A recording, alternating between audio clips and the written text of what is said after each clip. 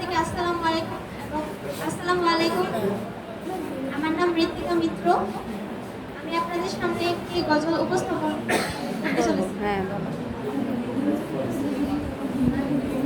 ত্রিভুবনের প্রিয় মুহাম্মদ, ত্রিভুবনের প্রিয় মুহাম্মদ এলো রে দুনিয়ায়।